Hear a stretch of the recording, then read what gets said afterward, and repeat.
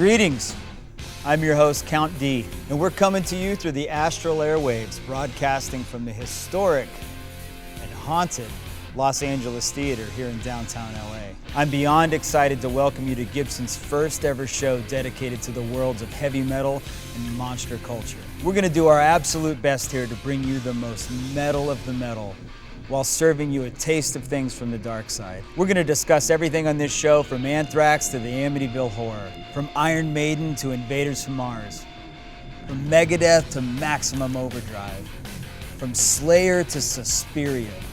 And the best part is, you never know who's gonna stop by to join us. So if you like blast beats and things that go bump in the night, then this is the show for you. Welcome, friends, to Metal and Monsters.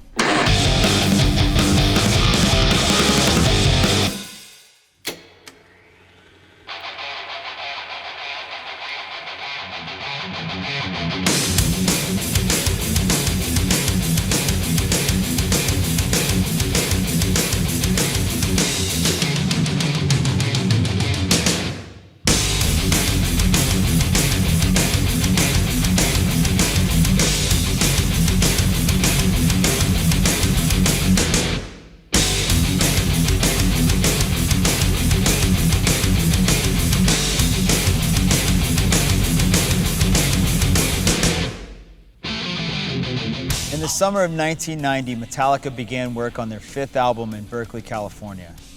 By August 13th of that year, the songs Enter Sandman, The Unforgiven, and Wherever I May Roam had been written, featuring a slower, heavier, and more refined sound. After a year and a half in the studio with producer Bob Rock, the self-titled album was released on August 12th, 1991, and sold 650,000 copies in its first week of release.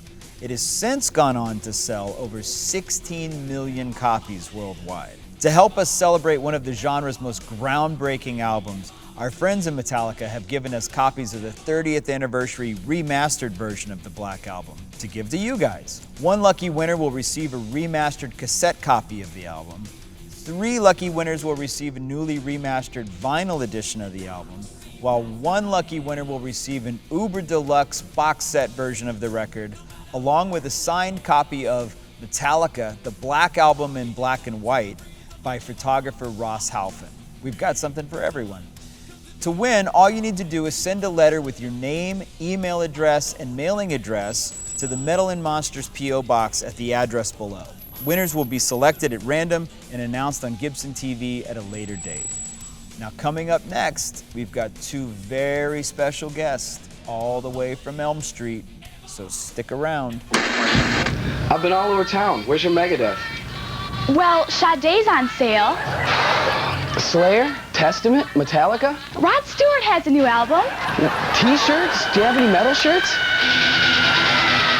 Hey, you're in the wrong place. Heavy Metal Unlimited has everything you want, and we know what you're talking about. We've got hundreds of import, independent, and domestic titles to choose from. Heavy Metal also has thousands of licensed concert tees in addition to picture discs, posters, and collectibles. We're easy to find on State Street, Saginaw. Shall we dine?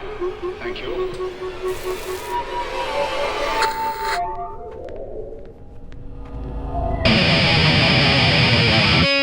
Welcome everybody to the first episode of Metal and Monsters. You are not going to believe what we've got for you today. It's a little bit of a Dream Warriors reunion with Mr. Don Dokken from the band Dokken and Mr. Robert Englund, Freddy Krueger himself. Welcome, guys. Hey, boss. I am so excited to have you both in the same room. How long has it been since you've been in the same room, actually? Boy, it's been a while. Been a I think while. we did run into each other at a big Comic-Con. Yeah. A couple of years ago. I know I signed so many Dokken albums. There's a bootleg going around of the Dokken boys and Robert, and he's kind of going like that, and I'm signing those like crazy. I think I've got one of those bootlegs. Yeah. So we're covering, obviously, the monsters and the metal. Mm-hmm. We would like to get a little bit of origin, background with you guys and how you discovered music and what was the first music you heard. Don, I'll let you take it first. I mean, my father was a musician, jazz, but I mean, I was raised in a foster home, so there wasn't much to do. and it was overcrowded foster home. So I had there was a little turntable in the garage, and I bought my first singles, and I go out and buy little 45s. And I remember the first record I ever bought. It was called Incense and Peppermints. I ended up getting a guitar in a hawk shop and listening to records, and it was the 60s, you know? So I was listening to, I remember the Cream album came out, I flipped out. I said, oh my God, this is amazing. Fresh Cream. Yeah. And then Jefferson Airplane and all that. Plus I lived in Lake Tahoe, and it was only a 2-hour drive to San Francisco. So I had friends that had cars, and we would drive down to San Francisco and go to the Fillmore. And I saw everybody from The Dead, Jefferson Airplane, The Doors, Jimi Hendrix, and I was like 13. And as you know, in Lake Tahoe, it snows 8 months out of the year. There ain't shit to do in Kings Beach, North Shore. So I just started playing guitar and practicing, and it was like all kids do. I got this record, you got this record. I'll trade you, let me hear this one, give me that one. I'll trade you, what do you got? Oh, I got the new Doors album. Give me this, you know, I got Steppenwolf, and that's how I started. You remember the first thing you tried to pick out on guitar? Yeah, that's easy. Louie. Oh, nice. Three notes. That was a lot of our first songs. That's all. That was easy. Now, Robert, what was your introduction to music? What was some of the first music you heard? Well, I'm the old fart here.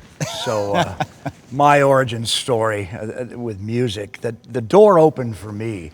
My dad had a friend, B-29 pilot. There's an American Gothic right there. But he had a son who was slightly older than I was, and he was the cool kid, you know. And I like going over to visit because I get to hang out with the older guy, you know. And he had the coolest shirts, the vertically striped shirts. So you'd wear a black muscle tee or a turquoise muscle tee underneath, and a bracelet, an ID bracelet. He had the butch wax and the waterfall. He had one of those Disney pork pie hats with his name stitched on the brim.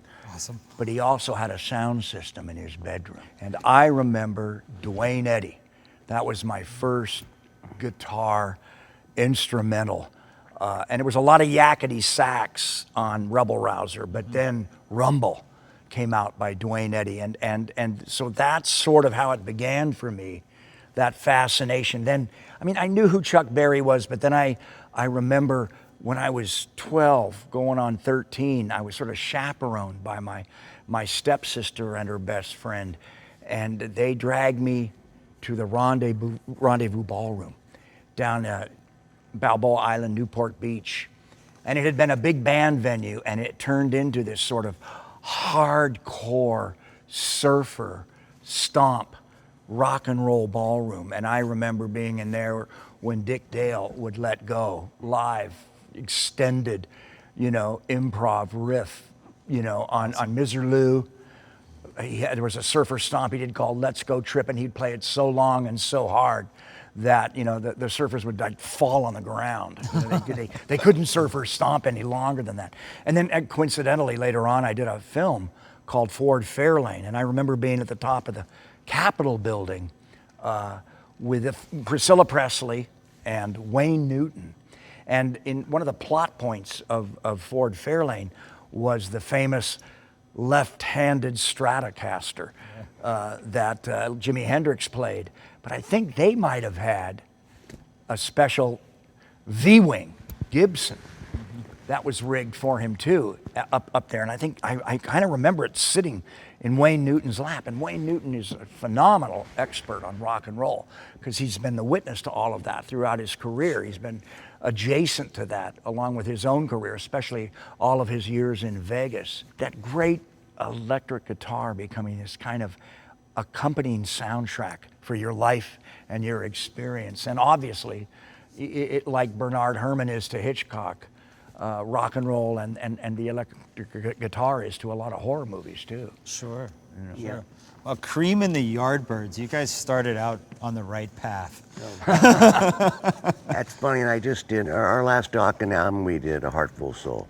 Oh, really? Yeah, every album I try to do one 60 song, because I'm trying to like pay it forward to the new generation. We've done one by Three Dog Night on the album, the bonus track. Yeah. We've done Yardbirds. We've done, The Seeds. Pushing Too amazing. Hard. Oh, yeah. I mean, I loved. I mean, I saw the Seeds live. I was in the 8th grade. First rock concert I ever went to, and went to this little civic center in Longdale, California. And I remember that song, "You're Pushing Too Hard, You're Pushing on Me." And I was just like, I just stood there and I was mesmerized by Guy Saxon. And then me and my friend snuck backstairs and stayed, we could hear them talking. And to me, I thought, this is the coolest gig you could ever have. And I felt bad for them years later when I had a career. These guys are a famous hit, and they're playing for a bunch of 8th graders. How in the hell they pulled that off? These guys are the Seeds, they're on American Bandstand, they're on television, and now they're playing this gig for a bunch of 8th graders. And I finally, 30 years later, my dream was to do American Bandstand. And I finally, his last couple episodes for Went Up the Air, he wanted us on, probably because of Dream Warriors. We'd done The Nightmare on Elm Street, it was a huge hit. And he says, yeah, we want you on American Bandstand. I went, you're kidding me, right? All that stuff was leading up. Dream Warriors for us, we had gone around the world and done Aerosmith and AC/DC stadium tours, but it seems like the Dream Warriors franchise was so huge with them. When we did that video, it was over. When that thing hit MTV, our career just went into the stratosphere. That was a moment, huh? It was a moment in time. Who's to know? The first one was successful, the second was For some reason, the third one, which I also liked better because they got more involved in Robert's character, and the kids are saying, look, there's this guy in my dream. To me, it got a little more involved. Yeah. That he wasn't a real person, he was a in your brain dream kind of guy, and come out from under the bed and all that. So I just liked it. I think if you took a poll, if you took a vote with the fans, Dream Warriors is the favorite of all the franchise. But I think something we forget is, not only was it a great theatrical success, but this was still at the beginning of the video revolution. So they had the album, Don, they had the movie that they'd seen or that they'd snuck into, and then they could rent it. Now they have this thing in this possession where they can stop it and start it and watch the plot and watch the special effects. Pick it apart and watch it over and over study again. it, watch their favorite things. And I think that's really a moment of time we forget about. Don and I are out on the road then, but a lot of people were having that experience at home. And our films were controversial. But in fact, I realize now with hindsight that so many of our fans watched them or experienced it with their family. Now, it might have been a really cool stepdad or a foster dad, that let them, mom wouldn't let them watch it, but dad let them rent it, at the mom and pop video store or at Blockbuster. Right. But they still got to see it. I hear stories all the time about those early fans, and a lot of them, their parents are gone now, but they have these fond memories of sharing it with the family, and cold pizza on the coffee table and warm beer and one of those ugly Afghans on the back of the couch, but they're stopping it and starting it and watching it. And Dad's gone in the kitchen and taped knives to his fingers, scaring the kids in the back bedroom, And I think we forget that, how powerful the video revolution was. And with that, we're going to take a break, and we'll be right back with more Metal and Monsters. Stick around. That's the name, Kiss. They may look insane, Kiss. If rock's your game, it's Kiss. This is Kiss, each sold separately, and you can put them in any crazy pose you want. That's the name, Kiss. They may look insane, Kiss. If rock's your game, it's Kiss. Kiss, each 12.5-inch figure sold separately by Mego.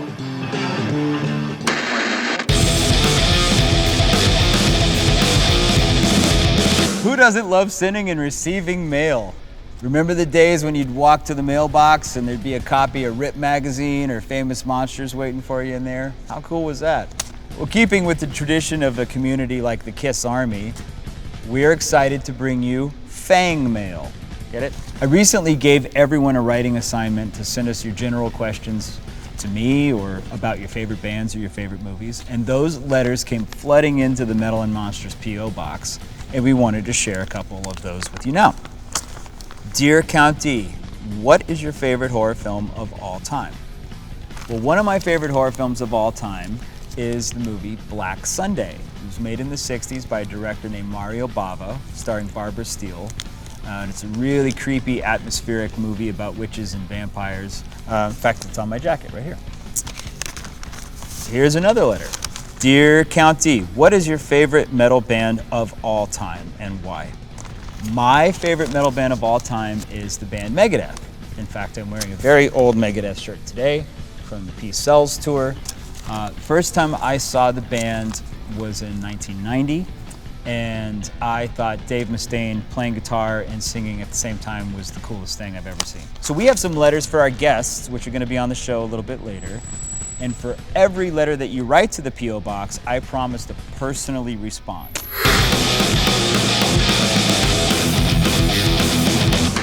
We got a little segment on this show we like to call the Terror Trek, where we pack up the whole Monster Squad and get in the van and go explore places that, I don't know, pique our interest. And one thing that piques our interest is toys. Like this guy, Vic Rattlehead. You didn't have him when you were a kid, did you? He would have beat up all your G.I. Joes. How about King Diamond? You didn't have him either. But you do now, thanks to a guy named Brian Flynn who runs Super 7 Toys up in San Francisco. And you can thank him personally for your Eddie action figures. Let's get going.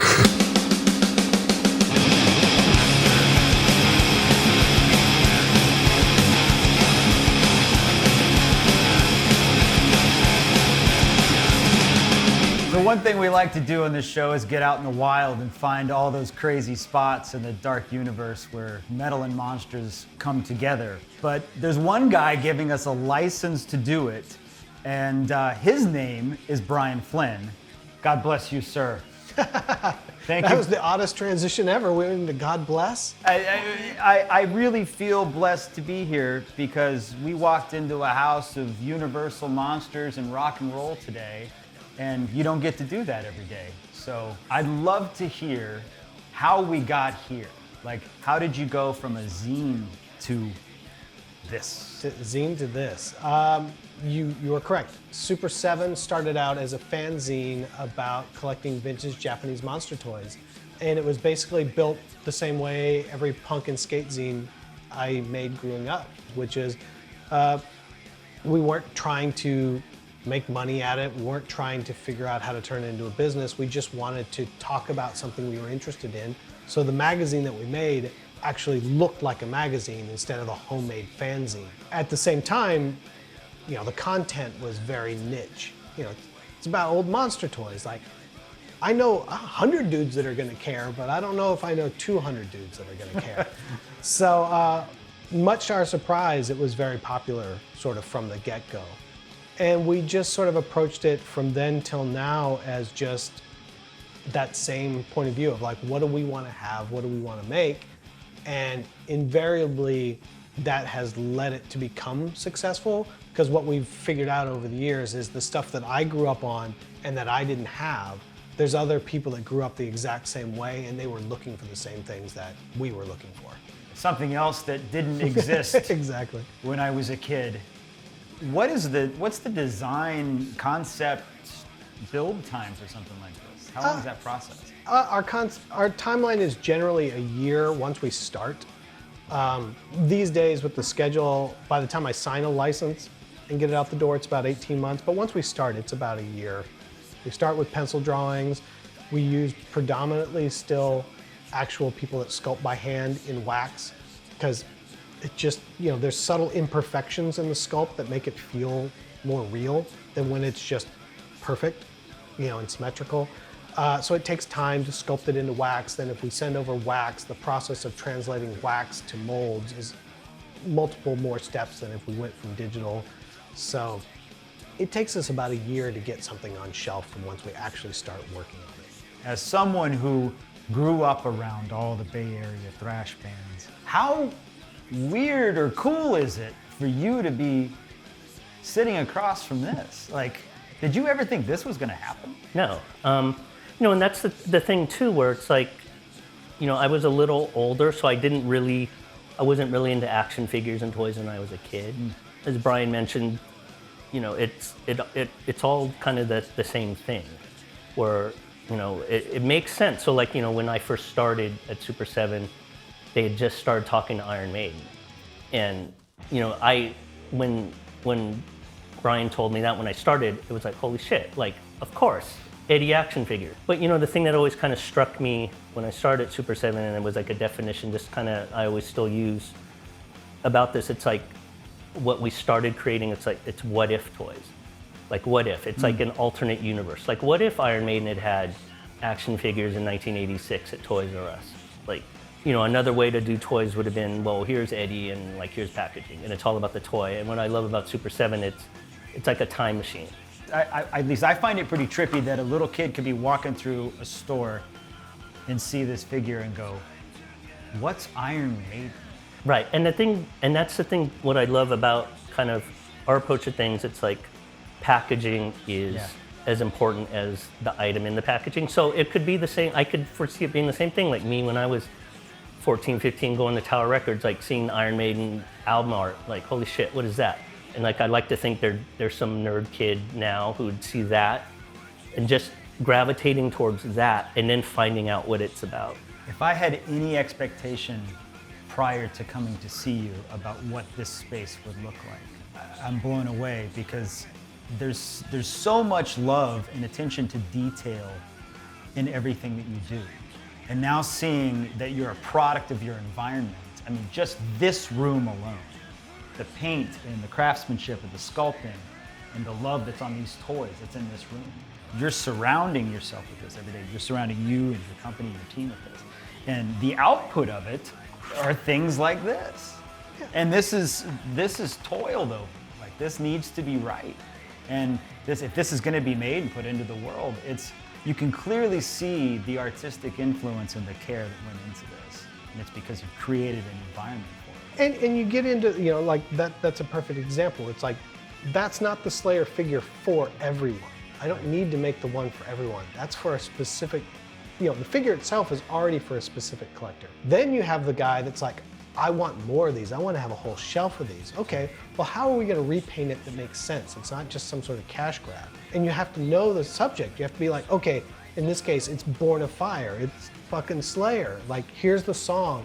Here's how we're going to recolor it. So he looks like he's on fire, and it's in translucent orange and red and everything. And it's like, now as that person that buys, like, okay, I want that because it makes sense. There's a reason for it to exist. And because the person that's interested is down in that well with you. They're in the bottom looking at all the vague references. Absolutely. That's what they want. They want you to talk about all that weird shit that only them and their two friends know about. Because now I've got another friend that knows about this stuff too.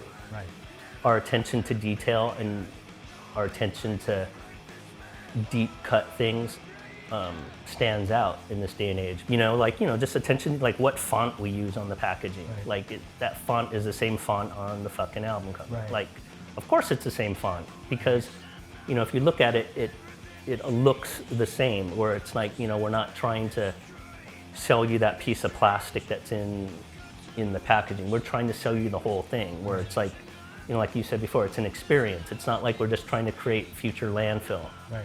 You know, we're trying to like capture a memory or a moment, you know? Yeah, when people ask me about this, it's not lost on it. It's very obvious that we have, for whatever reason, become very lucky, and we are the people that are getting to do all the stuff that you and everybody you know, when you sit around at the house and go, oh man, wouldn't it be cool if they made this, or wouldn't it be cool if you made that? We're getting that opportunity.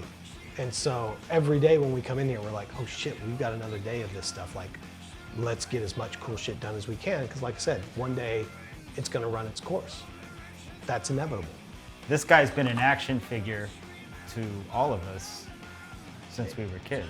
Yeah, I mean, you know, the Lemmy quote of like, if Motorhead moves next door to your house, it'll kill your lawn. Right. You know, it's just like, when you say stuff like that, it's so preposterous. You're like, fuck, I just want to hang out with that guy. Like, not only is it great music, but it's just like, there's a sense of humor and a levity to it. Like, Lemmy was the coolest guy in the room by not saying he was the coolest guy in the room. He was the coolest guy in the room because it was just like, fuck, whatever, you want to hang out? That's cool. Right. You know, and that's the thing. So, same thing, like, let's make Lemmy. Let's make young Lemmy. Let's make old Lemmy with the cowboy hat. He's coming later, but we got young Lemmy, warts and all. Action figures is just really the one part of what you do. Yeah, we're just trying to have fun. Yeah, you're just trying to have fun. Just trying to have fun with it. It doesn't have to be limited. It doesn't have to be 100% linear.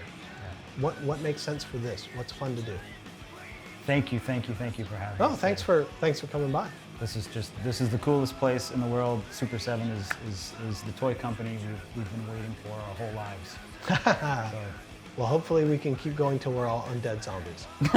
Let's hope. Let's hope.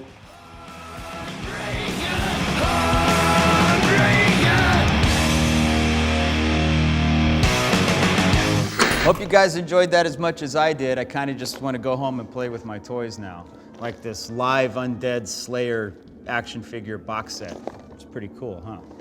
This could be yours. All you got to do is write us a letter at Metal and Monsters, P.O. Box 70191, Pasadena, California, home of Van Halen, 91117. All the winners will be selected at random and announced at a later date right here on Gibson TV.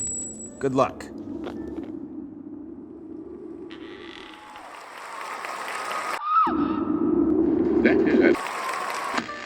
This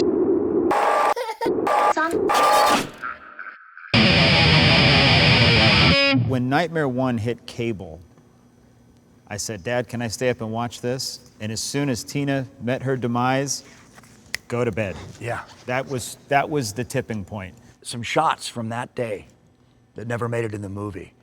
And one of them, the camera girl, first assistant, married to the DP, Jacques Heitken. And they couldn't give the camera to Amanda Wyss, who played Tina, because she's not union. So Amy took her jeans off. They put stage blood on her legs. She took her shoes off. She did handheld, and I dragged her on the ceiling, and she filmed the Tina point of view, being dragged by Freddy. Now, of course, when you cut away and you see the boyfriend down below looking up at the ceiling, you see no Freddy. Right. It's what she sees in her dream. It makes it even more clever. clear. Let her do the POV. But Wes shot that so that he could use that footage, so that he could get other nasty bits in the movie that he wanted to get in. He just did that as an extra to show the censors. Wow. And at the end of it, I dropped her legs. And being the actor that I am, I realized I had stage blood all over the Freddy blades of the Freddy claw, and I gave her a kiss of death, like that. And the stage blood between my blades caught into a blood bubble and floated out. And I actually saw it. Yeah, it was just an amazing moment. Of course, it's way too hardcore to use. Oh my God. But so Dad was right to send you to bed. So when Nightmare 3 came out, it was a couple of years later, I'm snipping ads out of the paper for weeks ahead of time, back when they would hype it up. Here comes Friday, full page ad, the Houston Post. And I'm like, please take me to the theater. And he did. And I was blown away. How old are you? I was, 87, so I was 12. Yeah. Jeez. I fell in love with Patricia Arquette immediately. Obviously, The Oscar-winning Patricia Arquette. Yeah, Right. as we all did. Lest we forget. Yeah. I fell in love with you, and I fell in love with you, all in the same night. Whoever was the marketing guy for New Line, who said, you know what, the kids need Freddy Krueger and a really ripping metal band that where you're singing and there's a song and there's you guys were the coolest. Somebody knew what they were doing and hit me right on the head with it. And I went, I'm in. So the next day I'm making a Freddy glove out of one of my dad's golf gloves in the garage, playing your records that my brother had. And I'm like, where's that? You know you have that band. I was in. Well, direct hit. Somebody at New Line had their fingers on the pulse of America and picked a lot of great groups. I know we have Goo Goo Dolls. There's a lot of people played on the soundtracks after the success of Dokken because they knew then. And there was just this, I don't know if it was a happy accident or just this meeting of the minds, but putting driving rock and roll, with a horror movie is just a match made in heaven or a match made in hell. Right. Yeah. But How I did don't that think they come about? realized that. I don't think there was people in the horror movies are probably just into goth metal or slash metal, Right. but it wasn't true. No. You know, the song we did, that's the only song in my career that they've all ever told me what the chorus is. I didn't get to write it. They said, okay, the movie's called Dream Warriors, so you have to write a song, and it has to have Dream Warriors, the word Dream Warriors, as a chorus. I'm like, well, I write my own lyrics and I write my own music. I've always written. All our songs are written by us. We don't go outside. So I said, so I have to use the word Dream Warriors? They go, yeah. I said, okay, I guess. So we kind of split camps. And the other boys actually wrote the one that ended up in the movie. And I went off to my studio and wrote another version of Dream Warriors, but it was more up-tempo, more rock. You know, ours is more dark. Yeah. Dream Warriors. Mine was like, Dream Warriors. We can be heroes inside of our dreams. It was way up-tempo. So we had two versions, gave it to the label. You decide which song. I did my thing, I'm stepping out.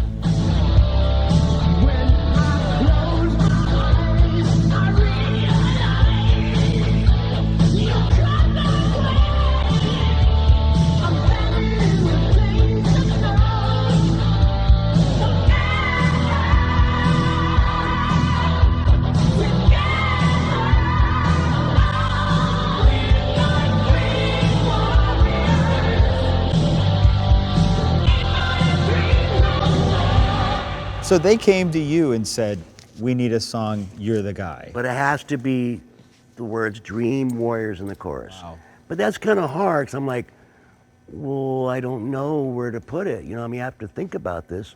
So lucky for me, Robert was done, I think, filming the movie. So they sent me the, you know, the ones with the timelines going on, the rough. They gave me some roughs where you see the time codes going by, and so I got to see snippets of the movie. So I just took the whole movie and took little scenes and put lyrics. Wow. Here's an interesting link, I think. You remember the story about the New York screening of Asphalt Jungle with the song Rock Around the Clock by Bill Haley and the Comets. And opening day, matinee, all teenagers, but they had never heard rock and roll played that loud before. The opening of the movie, 1, 2, 3 o'clock, 4 o'clock, rock, and it's giant, voice of the speakers on either side, you know, on Broadway, 42nd Street. Kids were dancing before the opening titles were finished. Dream Warriors,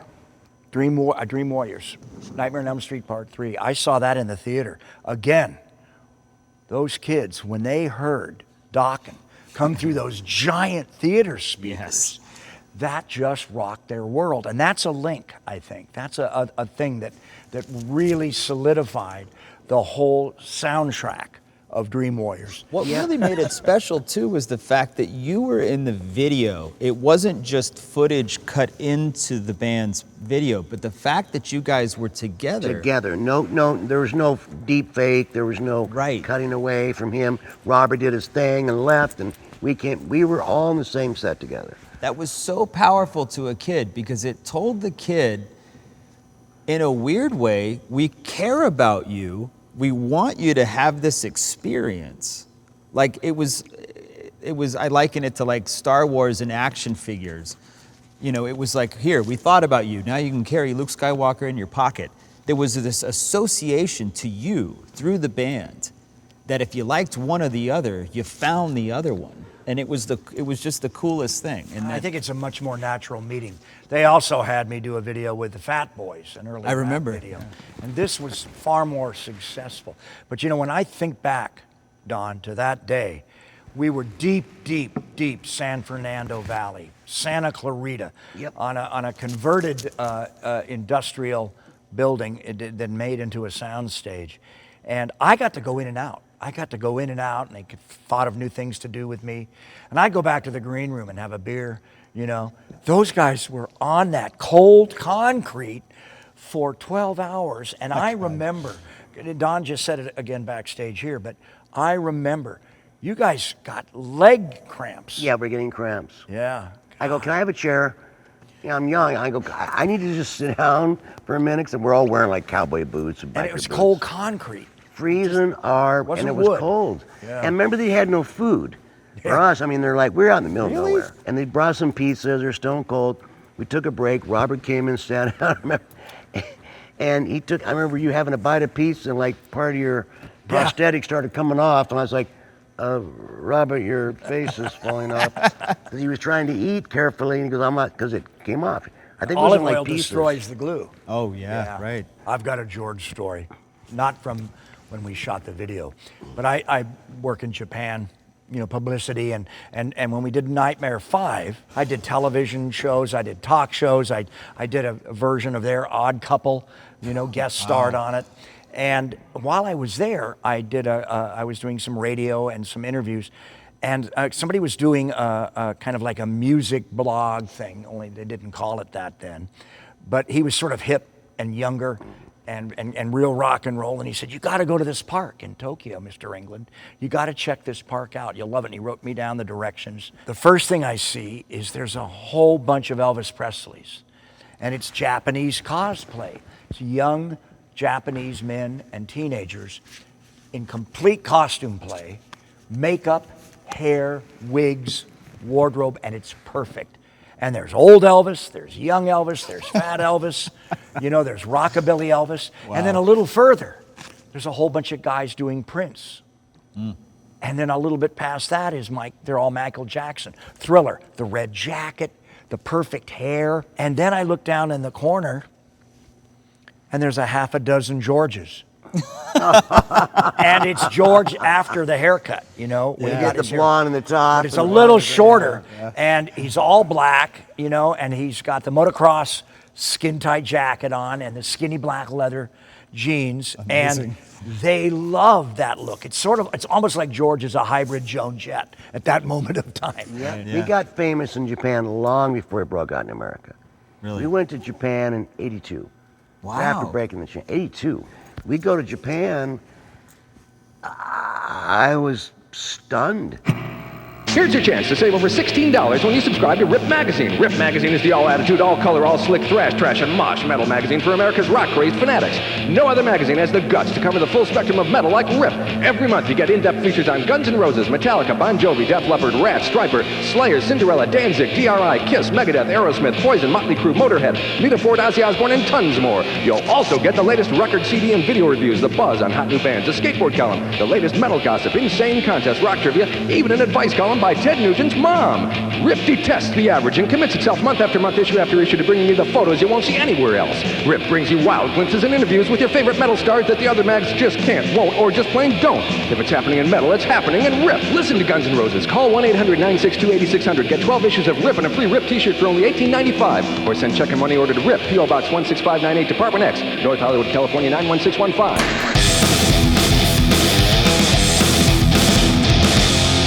We here at Metal and Monsters love to talk about bands of all kinds. We love to go through history and educate you on bands maybe you're familiar with, maybe you're not. This is a little band from Liverpool, and we're not talking about the Beatles. This is one of the coldest, most unrelenting, most heaviest bands of all time. This is Carcass.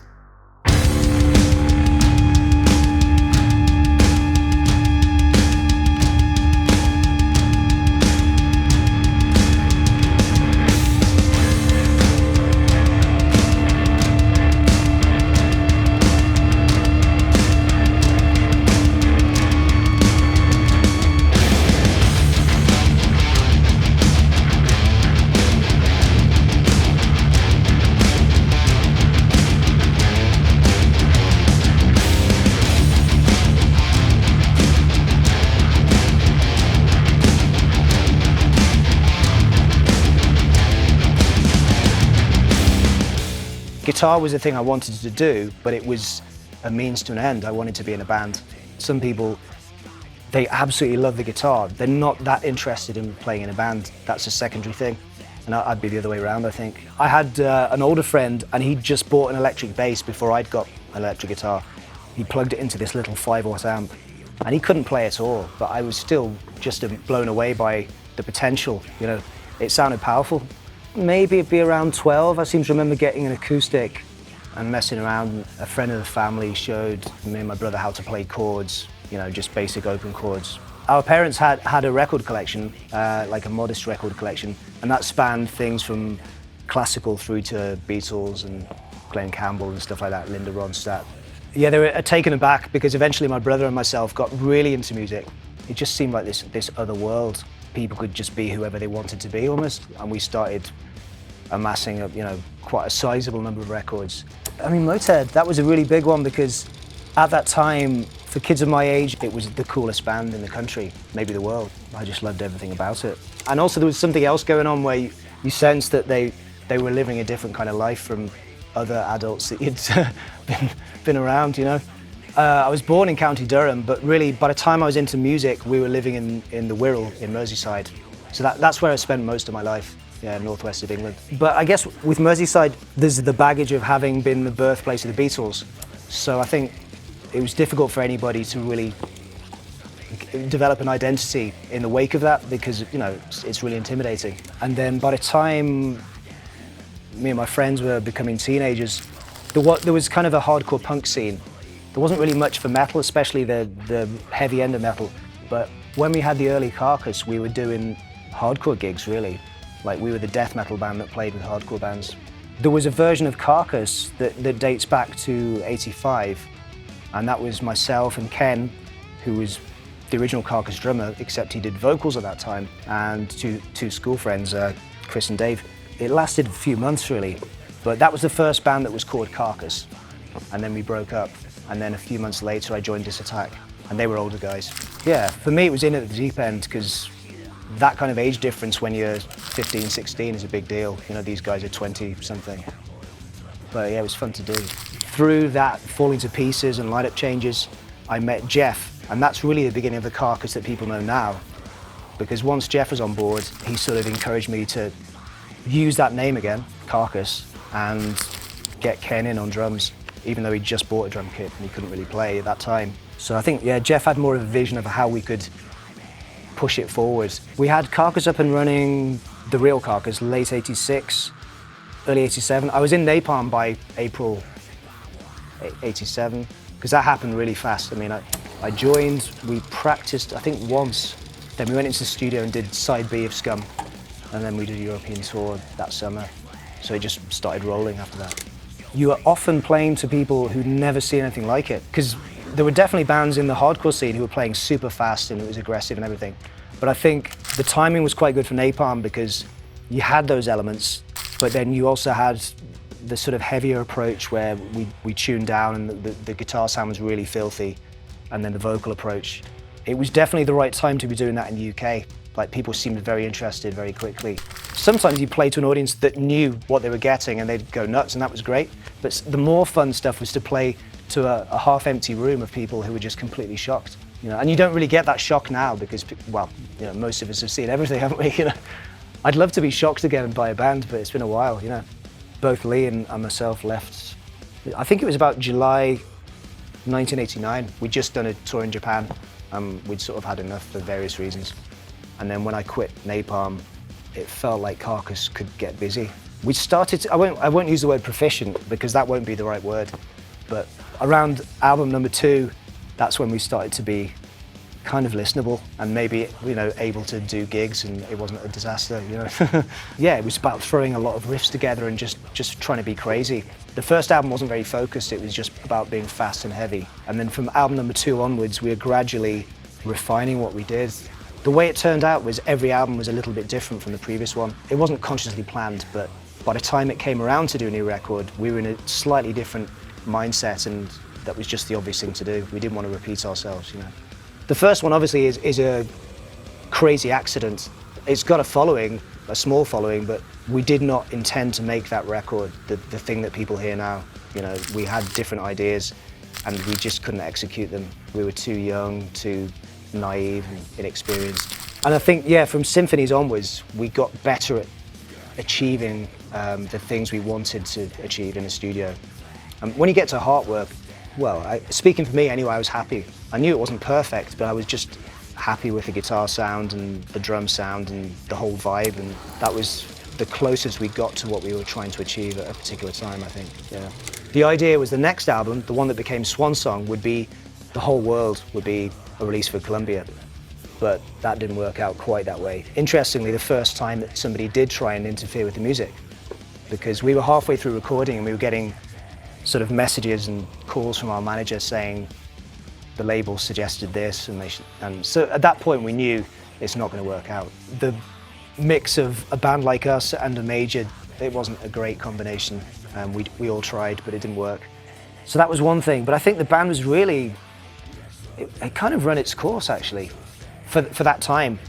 We were too young to kind of understand what we were doing. None of us had had jobs for a start, so you've got nothing to measure this, you know, so-called career against, because, yeah, we needed a dose of reality, really.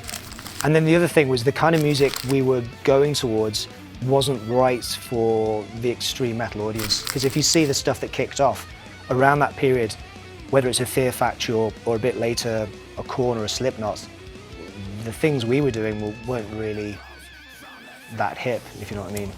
Yeah, you could feel it when we were recording that album that later became Swan Song. It didn't feel like we had a future, because we were just starting to really annoy each other. I'd maybe stretched the musical concept of the band, you know, too far, because I wanted to bring in all these hard rock influences and even stuff that was a little bit bluesy or whatever. It was dodgy ground, because how do we pull that off and make it convincing, you know, with our sound? But then, in retrospect, some of the stuff in the album is good. I mean, I've met plenty of people now in recent times who seem to really rate the album, maybe even favour it over the other ones, but it's taken a while to get to that stage. We'd fully broken up long before the record came out. I think Jeff was the guy who had to sort of tidy up the mess and kind of pick which songs would be on the album, sequence it, and deal with, you know, him and Martin had to deal with the label issues. I mean, we never hated each other. It was more just, we just exhausted, I think. And once we'd broken up, yeah, we were still in touch, and we ended up being better friends in that period, really, just because there wasn't the pressure of trying to be in a band and be creative with each other and all that stuff. Everyone had been ready for a while, besides me. I was the last person to understand why it might be a good idea. And then at some point, I sort of came around, and probably the turning point was just jamming with Michael in his kitchen, and it was just fun. I suddenly thought, yeah, it'd be really nice to do this. When we came back, wow, everything had changed so much. You know, it did not resemble that tiny musical subculture that we'd been part of in the old days. The whole thing had become much bigger. There is an awareness that we're lucky, definitely, making a new record, being able to make one and knowing there's some kind of audience for it. That's killer. It feels like this one's been a long time coming. I still think this sounds very much like Carcass, but it's just, we've brought some different elements in. It might even be quite small stuff. I don't even know how obvious this will be to other people, but to us it was like, we can't play it too safe. Sometimes we'd be playing something, we're like, nah, that sounds too familiar, and we'd really have to mess with it to make it something, you know, a bit fresher. At this stage, really, we'd be wasting everybody's time, especially ours, if we made a record that was exactly the same as the last one. It's just safe and it's boring. I mean, it's been a lot of fun doing this record. I'm very excited about it, just letting go of the thing and seeing what people say, you know. Wake up, sleepyhead. It's party time! Rock and roll will never die. At least not this Halloween. You've heard of raising spirits from the dead by incantations, right? Yes. I did that by playing the record backwards. You're kidding. Sammy Kerr. He's a rock and roll nightmare. I am a big fan of yours. I've got all your records. Shut up! You're the bait, and they is you. This message was meant for me. How can you listen to this stuff?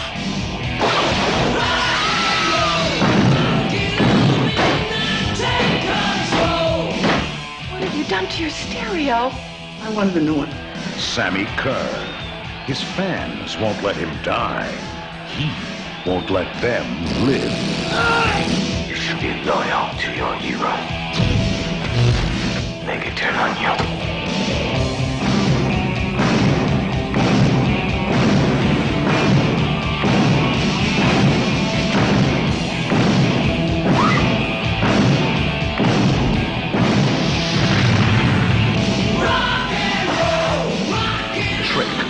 treat. Looks like we better check out the party punch.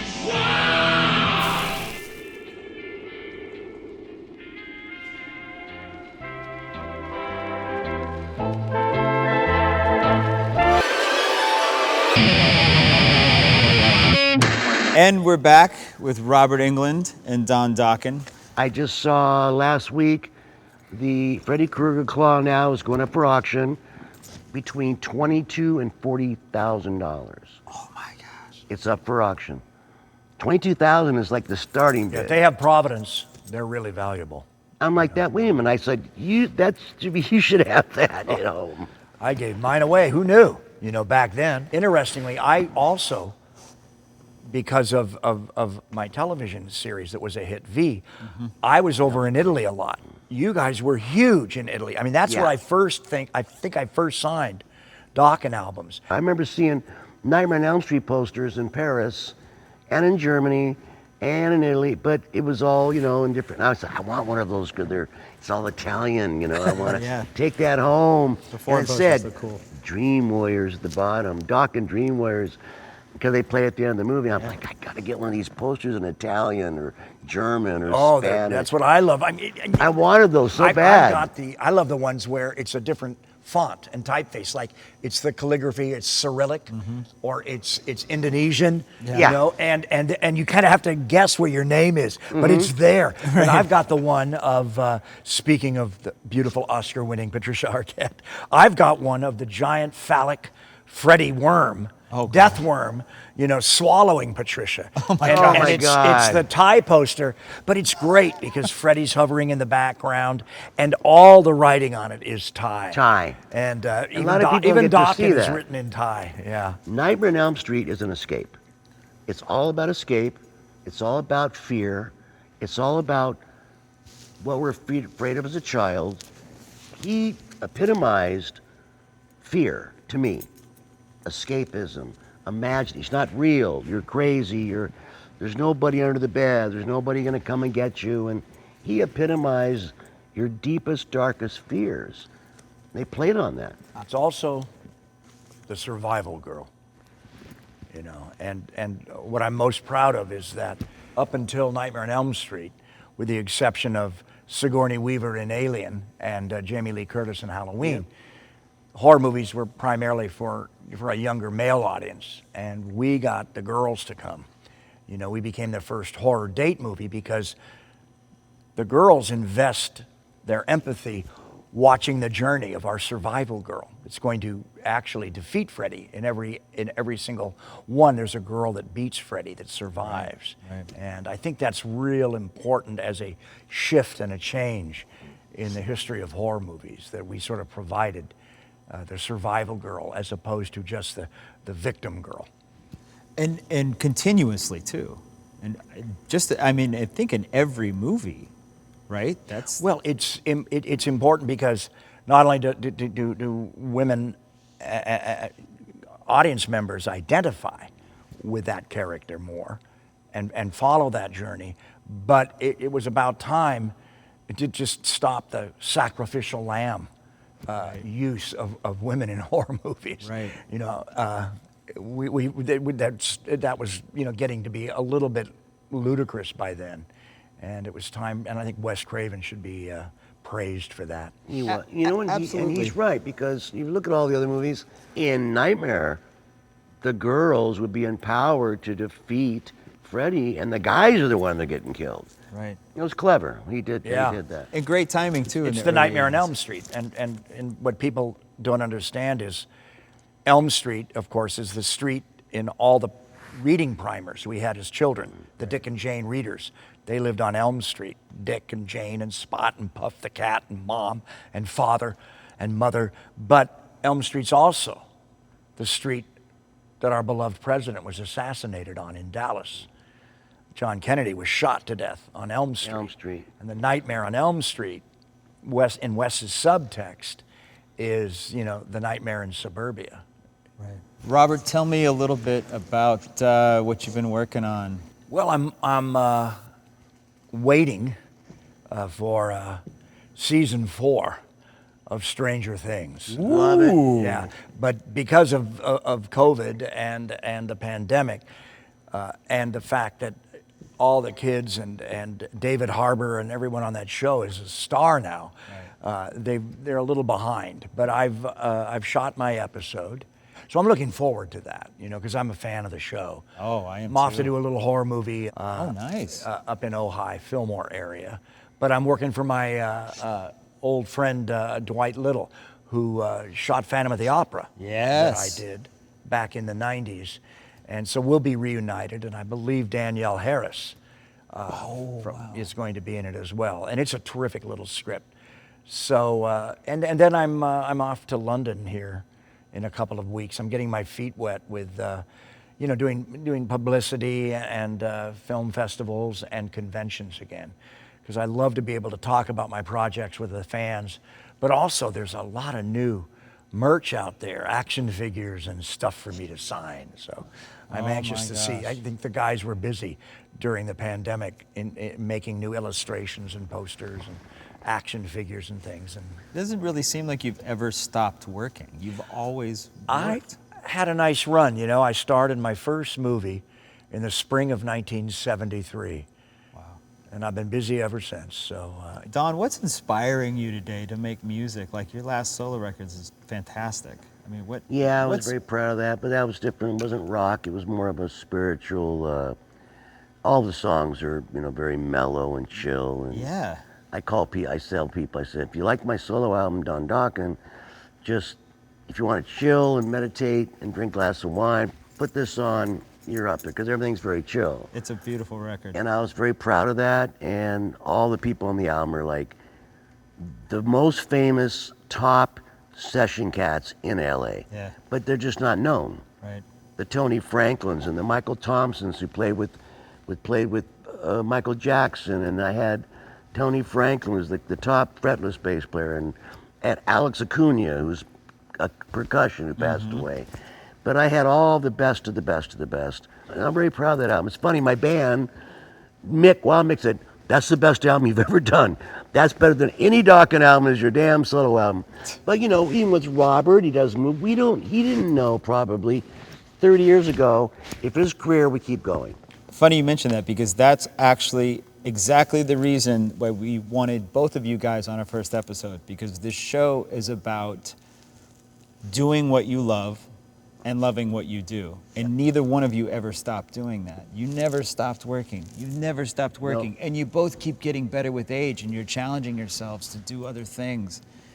That's what we're here to celebrate. Well, I can't do anything else, so I have to keep putting one foot in front of the other and showing up and wearing other people's clothes and saying other people's words, because it's the only thing I can do. But that cliche, and I'm sure you've imparted this with people, Don, but if you can find what you love, and there's nothing wrong with dreaming, but when you dream about what you want to do, you want to try to align some of those dreams with what you do well.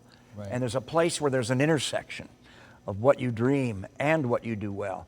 And maybe you're a roadie. Maybe you're not a front man, but you're still in the business that you love or that you dreamed of. And maybe you sell a song 10 years in. One thing I really appreciate about both of you is that you are both incredible links to the old world of entertainment, show business, where you took the craft seriously. You grew up watching people that took the craft seriously, as did you. And I have so much love and respect for both of you because you're a singer, my man. Thank you. And you can write a lyric that moves people and sing it beautifully. You can make things jump off the page and terrify people or warm people for generations. That's real talent. And you've both studied not only the business so long, but specifically what you do in your craft. And I have the utmost love and respect for both of you. So thank you both for being here. Thank you. And for sharing your stories with us. We're just beyond honored to have you. Thank you for the kind words. No, I mean it. We're going to make another movie. It's going to be Freddy Krueger goes to the next universe. Yeah. and he gets in a fight with Elvis. Space Freddy Warrior. versus Dokken. Dokken, yeah. I'm in.